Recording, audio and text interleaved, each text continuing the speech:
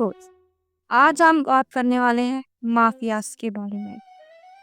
Mafias mafias या mafia, इसका मतलब बहुत ही शॉर्ट टर्म में हम बोलें तो एक ऑर्गेनाइज्ड क्रिमिनल ऑर्गेनाइजेशन, जहाँ पे सारी क्रिमिनल एक्टिविटीज़ एक ऑर्गेनाइज्ड वे में होती हैं, उसको हम माफिया कहते हैं। माफिया के अंदर गैंगस्टर्स भी हो सकते हैं या दूसरे अब्यूज़र्स या और भी दूसरे क्रिमिनल्स, लेकिन माफियाज के पास एक चीज़ स्पेसिफिक होती है, उनके नेटवर्क्स और उनका मैनेजमेंट।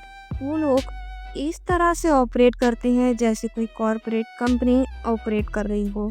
उनका हर काम ऑर्गेनाइज होता है, उनके पास बड़े बड़े कनेक्शंस होते हैं। ज़्यादातर जगहों पे गवर्नमेंट को भी माफिया के साथ मिलके ही काम करना पड़ता है, नहीं तो माफिया ट्रबल कॉज करता है। माफिया को एक ऑर्गेनाइज क्रिमिनल सिंडिकेट भी कह सकते हैं। मीडिया में माफिया को बहुत अलग अलग टर्म्स के लिए यूज़ करा जाता है, जैसे कोई ड्रग माफिया हुआ, एक्सटॉर्शन माफिया हुआ, ट्रैफिकिंग माफिया या मनी लॉन्ड्रिंग माफिया, या फिर दूसरे तरह के माफियाज जो एक बिजनेस मॉडल की तरफ वर्क करते हैं। माफियाज के अंदर क्राइम इस तरह से ऑर्गेनाइज होता है जैसे कोई हायरार्कियल फैमिलीज हों, जो सबसे टॉप पे कोई, फिर उसके नीचे कोई और उसके नीचे कोई, इस तरह से माफियाज वर्क करते हैं। लेकिन ये माफियाज है कहाँ? क्या आज के वर्ल्ड में भी माफियाज एग्जिस्ट करते हैं? क्या माफिया सच में होते हैं? अगर होते हैं तो ये कहाँ कहाँ पर है, मैं बताती हूँ। पहला माफिया, इटालियन माफिया फैमिलीज, जिन्हें कोसा नोस्ट्रा या फिर एंड्रेटा कमोरा भी कहा जाता है। स्ट्रॉन्ग इटली के अंदर उसका मतलब होता है। Ndrangheta is now widely regarded as Italy का सबसे पावरफुल माफिया और जिसके पास मेजर इंटरनेशनल कनेक्शंस हैं, यूरोप में भी, अमेरिका में भी, ऑस्ट्रेलिया में। माफिया नंबर 2, अमेरिकन माफिया, जिसको ला कोसा नोस्ट्रा या फिर 5 फैमिलीज के नाम से भी जाना जाता है। हिस्ट्री में वैसे ये काफ़ी यूएस का पावरफुल माफिया कहलाता था, जो ज़्यादातर न्यूयॉर्क या शिकागो जैसी जगहों पे ऑपरेट करता है।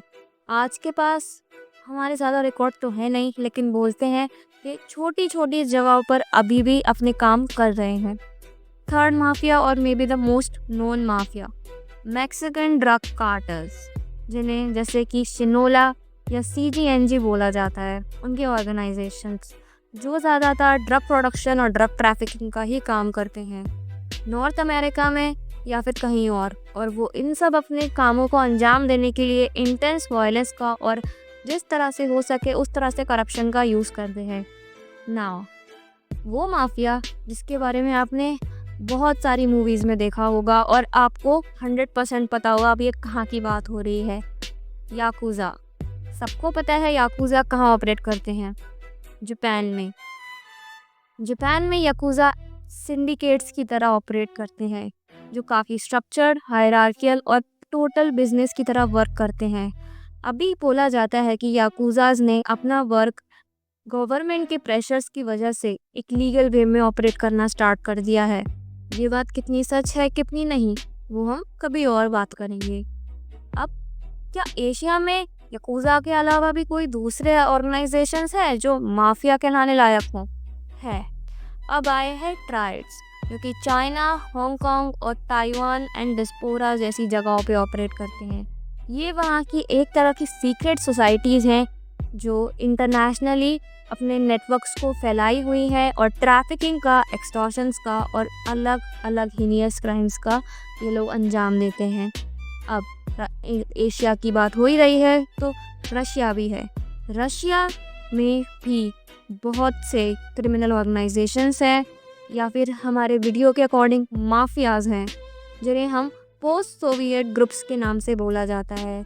इनके नेटवर्क पूरे यूरोप में है और बहुत अलग अलग जगह हैं जिसके रिकॉर्ड्स भी नहीं हैं। ये लोग काफ़ी बार फ्रॉड्स और ट्रैफिकिंग और यहाँ तक न्यू मॉडर्न क्राइम्स यानी साइबर क्राइम्स में भी इन्वॉल्व है और मनी लॉन्ड्रिंग तो इनका पुराना काम है। अब जब पूरे वर्ल्ड की बात हो ही रही है तो यस, अफ्रीका में भी नाइजीरिया और वेस्ट अफ्रीकन सिंडिकेट्स हैं जो कि फ्रॉड और स्मगलिंग में बहुत बड़ा हाथ है उनका। अब माफिया सब जगह ऑपरेट करते हैं। कहीं पे मोटरसाइकिल गैंग्स होती हैं जो इलीगल काम करती हैं, कहीं पे अल्बेनियन ग्रुप्स होते हैं, कहीं पे बल्कान नेटवर्क्स होते हैं। माफिया आपको हम वैसे और तरीके से भी डिस्क्राइब कर सकते हैं, जैसे कि मैं बोलना नहीं चाहूँगी, नहीं तो विवाद हो जाएगा। अब माफियाज के अंदर पोजिशनल काम होता है। पोजीशंस वो मैं आपको समझाती हूँ कैसे। माफिया में सबसे ऊपर जो बैठा होता है उसको बॉस या डॉन या गॉड फादर कहा जाता है, जिसके पास सारी अथॉरिटी होती है। वही सारे मेजर डिसीजंस लेता है और सारे ऑर्डर्स इशू करता है। उसके नीचे जो काम करते हैं उन्हें अंडर बॉसेस या डेप्यूटीज कहते हैं, या फिर सेकंड इन कमांड, जो माफिया के डे टू डे ऑपरेशंस में काम करते हैं। उसके बाद आते हैं एडवाइजर्स और काउंसलर्स, जो ट्रस्टेड काउंसलर्स होते हैं जो डिस्प्यूट्स और स्ट्रैटेजीज में हेल्प करते हैं। उसके बाद आते हैं कैप्टन्स, जो कि मीडियम लेवल के लीडर्स होते हैं। वो क्रूज को और छोटी छोटी जगहों को संभालते हैं और वहाँ के सारे ऑपरेशंस को लुक आफ्टर करते हैं। उसके बाद आते हैं सोल्जर्स। ये सोल्जर्स ही कैप्टन के अंडर काम करते हैं। जो ऑर्डर कैप्टन ने दिया वो काम ये सोल्जर्स करेंगे। उसके बाद आते हैं एसोसिएट्स। एसोसिएट्स वो होते हैं जो माफिया के अंदर तो नहीं पर माफिया के साथ काम करते हैं।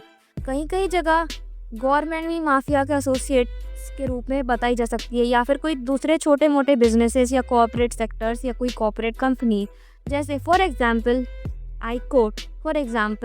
अगर कहीं पे गूगल का कोई ऑफिस है लेकिन कोई दूसरी कंपनी वहाँ पे आना चाहती है, तो गूगल नहीं चाहेगा कि ये आके इनके मार्केट को डोमिनेट करे। तो गूगल वहाँ पे जो भी माफिया प्रेजेंस है उससे कॉन्टैक्ट करके उनके ऊपर माफिया थिंग्स करवा सकता है।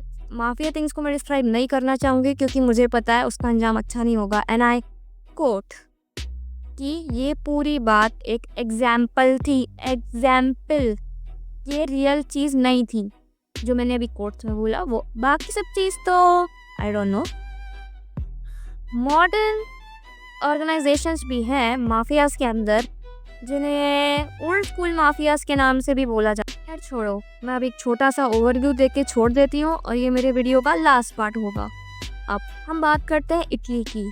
इटली एंडरेता, जहाँ पे ये जो क्राइम सिंडिकेट काम करता है, ये कहाँ से आया है, इसका मेजर रोल है कोकीन ट्रैफिकिंग का अमेरिका के अंदर यूरोप के थ्रू।